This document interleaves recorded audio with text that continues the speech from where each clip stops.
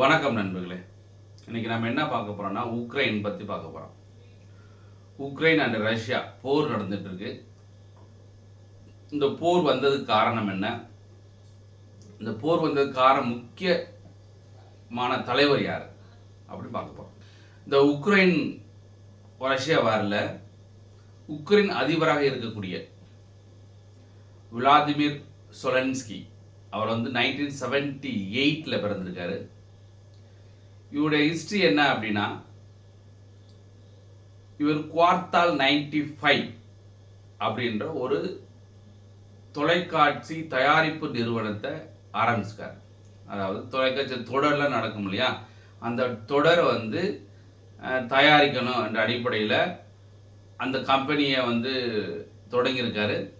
தொடங்கி மக்கள் சேவகன் என்ற தொலைக்காட்சி தொடரை தயாரித்து அவரே நடிகராகவும் நகைச்சுவை நடிகராகவும் அந்த ஒரு நாட்டின் அதிபராக இருந்தால் அந்த நாட்டு மக்களுக்கு என்னென்னலாம் செய்வேன் அப்படின்னு சொல்லி அந்த தொலைக்காட்சி தொடரில் 2015 2019 வரைக்கும் அந்த தொலைக்காட்சி தொடர் நடந்துட்டு இருந்துச்சு.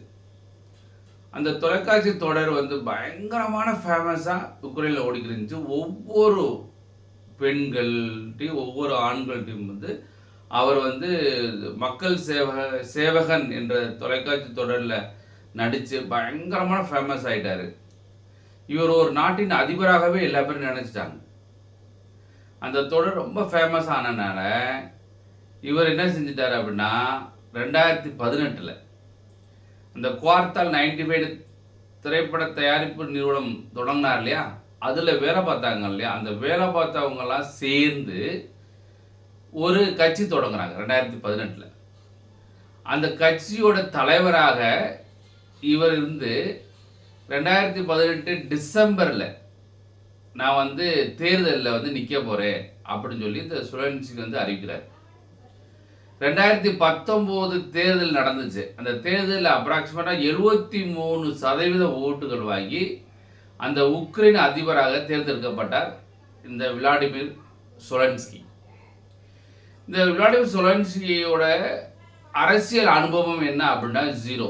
எந்த ஒரு அரசியல் அனுபவமுமே இந்த சொலன்ஸ்கி கிடையாது. ஒரு தொலைக்காட்சியில் நடிகராக இருக்கார். நடிகர் ஆனவனே இம்மீடியட்டாக அவர் ஒரு நாட்டின் தலைவராக மாறிறார். அப்போது அவருக்கான நாலேஜ் எதில் அதிகமாக இருந்துச்சுன்னா நடிகர், தயாரிப்பு இப்படி தான் இருந்துச்சு. ஆனால் நாட்டு மக்களுக்கு சேவை செய்யணும், நிறையா பிரச்சனை. நாடுன்றது ஒரு பெரிய நாடு, ஐரோப்பா கண்டத்தில் ஒரு பெரிய நாடு. அந்த நாட்டை நிர்வகிக்கணும்னு சொன்னால் பயங்கரமான ஒரு திறமை இருக்கணும், அதனுடைய அனுபவம் இருக்கணும். ஆனால் அந்த அனுபவம் இந்த விளாடிமிர் சொலன்ஸ்கி கிடையாது. அப்புறம் 2019 ஆட்சிக்கு வராரு. அப்புறம் 2019 அடுத்து நிறையா கொரோனாலாம் வந்துச்சு இல்லையா, கொரோனா பீரியட் வந்துச்சு, நிறையா டிஃபிகல்ட்டி பீரியடாக வந்துச்சு. அந்த பீரியடில் வந்துருக்கும் போதே அவர் அப்படியே கொண்டு போயிருக்கலாம் நாட்டை. இன்னும் ஒரு 5 வருஷம் 10 வருஷம் ஆண்டுட்டு அதுக்கடுத்து நம்ம நிறையா டிசிஷன் எடுத்துக்கலாம். பட் இமீடியட்டாக என்ன செய்கிறார் அப்படின்னா, அதாவது ரஷ்யாவுக்கு இவங்களுக்கு ஒரு பிரச்சனை ஆல்ரெடி நடந்திருக்கு, இப்போ கிடையாது. அது 1991 சோவியத் யூனியனாக இருந்த ஒரு கூட்டமைப்பில் இருந்து நிறையா கண்ட்ரி பிரிஞ்சிச்சு. அந்த பிரிஞ்சதில் உக்ரைனும் ஒரு கண்ட்ரி தனியாக பிரிஞ்சு தனி நாடாக பிரிச்சுட்டாங்க. அப்போ இருந்தே 2 நாடுகளுக்கும் பிரச்சனை. ஏன்னா அந்த இதை பிரிக்கிறதுல நிறையா பிரச்சனை இருந்திருக்கு. அப்போ 2014 அப்புறம் ஒரு இடத்த ரஷ்யா பிடிக்கிறாங்க. அப்பயுமே பிரச்சனை நடந்துட்டு இருக்கு இந்த நாட்டுக்கு. இவர் என்ன செய்கிறாரு அப்படின்னா, இதுக்கு முன்னாடி நிறையா பிரசிடெண்ட்டாக வந்திருக்காங்க. இருந்தாலும் ரஷ்யாவை பகைச்சிக்கிறாம முடிஞ்ச அளவுக்கு அவங்களோட பேச்சுவார்த்தை நடத்திக்கிட்டு அப்படி போயிட்டே இருந்திருக்காங்க.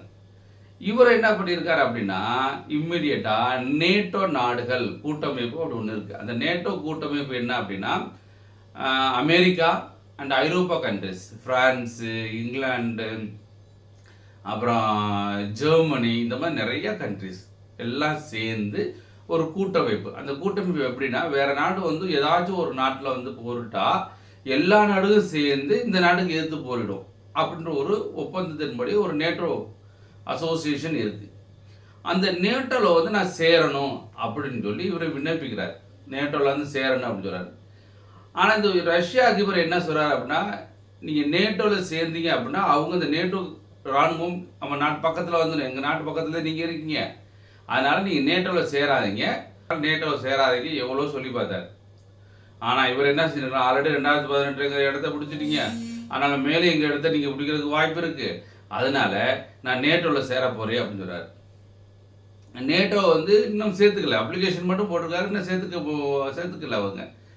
இருந்தாலும் என்ன சார், அந்த விளாடிமிர் புட்டின் வந்து நீ நேட்டோவில் சேராத, சேர்ந்தாக்க உன்னை அனுப்பி அப்படின்றார். முடியாது சொல்ல நேட்டோவில் சேர்றதுக்கு எவ்வளவோ முயற்சி பண்ணுறாரு.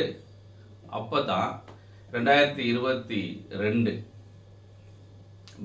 போர் தொடுக்கிறாரு ரஷ்ய அதிபர் விளாடிமிர் புட்டின். அப்போது அந்த யுக்ரைன் நாடு எப்படின்னா செல்வ செழிப்பான நாடு, அழகான நாடு, செல்வ கொழிப்பு உள்ள நாடு. 2022 போர் தொடங்குது. போர் தொடங்கினோடனே என்ன ஆச்சுன்னா, ரஷ்யா வந்து போர் தொடர்ந்து உள்ளே வராங்க, நிறையா இன்ஃபென்ட்ரிலாம் உள்ளே வருது, கொஞ்ச நாள் அமைதியாக இருக்காங்க. இம்மீடியட்டாக என்ன செஞ்சாங்க, அமெரிக்காவும் நேட்டோ நாடுகளும் இவங்களுக்கு வந்து உதவி பண்ணுறேன், நீங்கள் திருப்பி அடிங்க அப்படின்னு சொல்கிறாங்க. எப்பயுமே ஒரு நாட்டின் தலைவர் என்னன்னா, அடுத்தவங்க சொல்லி நம்ம கேட்டோம்னா அவங்களுக்கு ஒரு பிரச்சனை அப்படின்னு வரும்போது நம்மளுக்கு உதவி பண்ண மாட்டாங்க. அப்போது நம்ம தான் டிசிஷன் எடுக்கணும். ஒரு நாட்டின் தலைவராக இருக்க வேணாச்சுன்னா மக்களுக்கு எது நல்லது, எப்படி ஈஸியாக மக்களுக்கு அஃபெக்ட் பண்ணாமல் எப்படி ஈஸியாக வந்து பிரச்சனையை முடிக்கணும், அப்படி தான் யோசிக்கணும் முடிஞ்ச அளவுக்கு. ஆனால் இவர் என்ன பண்ணிட்டான்னா, இந்த பப்பட் அப்படின்னு சொல்லுவோம்ல, அடுத்தவங்க சொல்கிறது பூரா கேட்டுகிட்டே இருக்குது, இவருக்கு எதுவுமே தெரியாது, ஆனால் அடுத்தவங்க சொல்கிறது கேட்டு. எப்பவுமே ஒரு நாட்டின் தலைவர் அப்படின்றது அடுத்த ஆள் சொல்லி நம்ம கேட்டு ஏதாவது செஞ்சமாக்கும் அந்த நாடு எதுவுமே வந்து முன்னேற்றம் அடையாது, மக்களுக்கு நல்லது நடக்காது. ஏன்னா ஒரு நாட்டின் தலைவர் வந்து ஓன் டிசிஷன் எடுத்தால் தான் அந்த நாடு வந்து முன்னேறும். ஆனால் அவர் என்ன செஞ்சாரா, அவராக எதுவுமே டிசிஷன் எடுக்க முடியல. அமெரிக்கா சொல்கிறது புறம் கேட்குறது, நேட்டோ நாடுகள் சொல்கிற புறம் கேட்குறது. அப்போது அமெரிக்கா வந்து ஆயுதம் கொடுக்குறாங்க, யூரோப்பியன் கண்ட்ரிஸ்லாம் ஆயுதம் கொடுக்குறாங்க, இந்த ஆயுதத்தை வச்சு ரஷ்யாவை அடிக்கிறாங்க. அப்போ ரஷ்யா வந்து வெரி பிக் கண்ட்ரிஸ், இன்ஃபென்ட்ரி நிறைய இருக்காங்க, என்ன இராணுவம் பலம், ஏவுகணை பலம் எல்லாமே, அவங்க இராணுவம் பயங்கரமான ஒரு பெரிய இராணுவம். அதை எதுக்கணும்னு சொன்னால் நம்ம ஸ்ட்ராங்காக இருக்கணும் இல்லையா. ஆனால் உக்ரைன் என்ன செஞ்சிட்டாங்கனாக்க, அவங்க பெரிய ஸ்ட்ராங்காக இல்லை, பட் இருந்தாலும் அடுத்தவன் சொல்கிறது கேட்டுக்கிட்டு, நான் உதவி பண்ணுறேன்ப்பா, உனக்கு என்ன வேணுமா, ரூபாய் வேணுமா நான் தரேன், இப்போ ஆயுதம் வேணுமா நான் தரேன், எதிர்த்தரு ரஷ்யாவை அப்படின்னு சொல்லிட்டான். அப்போ ரஷ்யாவை எதிர்த்து அடித்ததுனால என்ன ஆச்சுன்னா, ரஷ்யா ஃபுல்லாக படையை இறக்கி ஒவ்வொரு நகரமாக ஒவ்வொரு கிராமமாக இருக்க எல்லா வீடுகளையும் உடைக்கிறது. இதை வச்சு குண்டு போட்டு ஒவ்வொரு வீடாக உடைச்சு அந்த நகரத்தையே அழித்த உடனே அப்போ உக்ரைன் ராணுவம் என்ன செஞ்சணும், பயந்துட்டு ஓடிடும். அப்போ அந்த நகரம் அழிஞ்சிருச்சா, திருப்பி ரஷ்யா பிடிக்கும் அந்த நகரத்தை. இப்படி ஒரு 2400 ஸ்கொயர் கிலோமீட்டரை வந்து இப்போ ரஷ்யா வந்து உக்ரைன்லேருந்து பிடிச்சிருச்சு, 2400 ஸ்கொயர் கிலோமீட்டர். இப்போ என்னாச்சு அப்படின்னா, அந்த உக்ரைன் இராணுவம் வந்து இப்போ 2-3 வருஷமாக நடந்துட்டு இருக்கு இல்லையா, 2 வருஷத்துக்கு மேலே இந்த போர் நடந்துட்டு இருக்கு. இந்த போர் நடந்துகிட்டு இருக்கிறதுனால அந்த இராணுவத்தினால அவங்களால என்ன செய்ய முடியும், போரிட முடியலை. அந்த இராணுவ வீரர்கள் வந்துடைய மன வலிமை குறைஞ்சிருச்சு, ஆயுதம் கிடையாது. இந்த நேரத்தில் அமெரிக்காவில் எலெக்ஷன் நடந்து பைடன் வந்து தோத்துட்டாரு, ட்ரம்ப் வந்துட்டார். அப்போது பைடன் வந்து இன்னும் ஒரு 2 மாதத்துலேயே போயிடுவார், ஜனவரி மாதம் ட்ரம்ப் வந்துடுவார். அப்போ ட்ரம்ப்போட பாலிசி வேறையாக இருக்கும். அதே நேரத்தில் இந்த லாங் ரேஞ்ச் மிசைல்ஸ் நீங்கள் அடிக்கலாம், அதாவது ரஷ்யா உள்ளே போய் நீங்கள் அடிக்கலாம் அப்படின்னு சொல்லி யூஎஸ்ஏ அண்ட் ஐரோப்பா கண்ட்ரிஸ் எல்லாம் வந்து அனுமதி கொடுத்துருச்சு. அப்புறம் லாங் ரேஞ்ச் மிசைலை கொடுத்த இங்கேருந்து ரஷ்யாவில் அடித்ததுனால அவர் என்ன பண்ணாங்கன்னாக்க, உருஷினிக் அப்படின்னு சொல்லி ஒரு ஏவுகணை, அதாவது அந்த ஏவுகணையுடைய வேகம் என்னன்னாக்க ஒளியை விட 10 மடங்கு அதிகமானது. அதே நேரத்தில் அது போட்டமாக்க அந்த இடமே பஸ்பமாயிருக்கு. பயங்கரமான ஒரு ஏவுகணை. ஏர் டிஃபென்ஸ், அதாவது நிறையா கண்ட்ரியில் என்ன ஏர் டிஃபென்ஸ் வச்சுருப்பாங்க. யாராச்சும் குண்டு போட்டாங்க, இவங்கேருந்து போய் அந்த குண்டு அழிச்சிருது. அந்த மாதிரி யாராலையும் அந்த ஏவுகணையை தடுக்க முடியாது அப்படின்னு சொல்லி ஒரு குண்டை போடுறாரு. அந்த ஏவுகணையை வந்து ஒரு இடத்துல, அதாவது ஒடிஷா அப்படின்னு ஒரு இடம், அங்கே நம்ம நாட்டில் ஒரிசா இருக்குல்ல, அது கிடையாது, அங்கே ஒடிஷா அப்படின்னு ஒரு இடத்துல வந்து குண்டை போடுறாரு. அந்த குண்டை போட்டதுனால பயங்கரமாக டிஸ்ட்ரக்ஷன், அதாவது பயங்கர அழிவு வந்துருச்சு. அப்போது ஒரு பயம் வந்துருச்சு, எல்லா கண்ட்ரிக்குமே பயம். ஐரோப்பா கண்ட்ரிஸ், யூஎஸ்ஏ, உக்ரைன். இதுக்கடுத்து இவங்களால திரும்ப என்ன செய்ய முடியல, அந்த லாங் ரேஞ்ச் மிசைலை விட முடியலை, பயம்.